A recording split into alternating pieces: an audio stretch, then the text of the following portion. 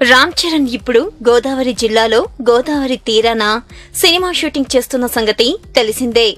మొదట తూగో జిల్లాలోని కొన్ని లొకేషన్స్ అనుకొని ఆ తర్వాత తమిళనాడు, కేరళలో వెతికి చివరకు రాజమండ్రి దగ్గరలో సెటిల్ అయ్యారు.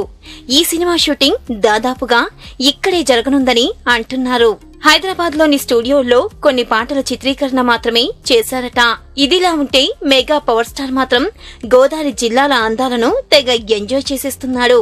రీసెంట్ గా వీకెండ్ అంతా హైదరాబాద్ లో వైఫ్ ఉపాసనతో టైం గడిపిన చెర్రీ ఆ తర్వాత మళ్లీ షూటింగ్ స్పాట్ లో జాయిన్ అయిపోయాడు. ఇప్పుడు చెర్రీకి తోడుగా గోదావరి జిల్లాకి వచ్చేసింది మెగా పవర్ స్టార్ వైఫ్. ఇద్దరూ కలిసి కొల్లేటి అందాల మధ్య చక్కర్లు కూడా కొట్టేస్తున్నారు.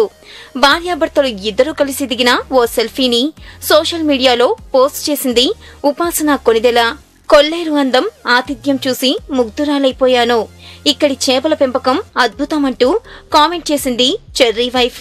గోదావరి తీరాన షూటింగ్ సంగతేమో కాని ఆ జిల్లాల అందాల మధ్య చక్కర్లు కొట్టే అద్భుతమైన అవకాశం మాత్రం వీరికి దక్కేసింది.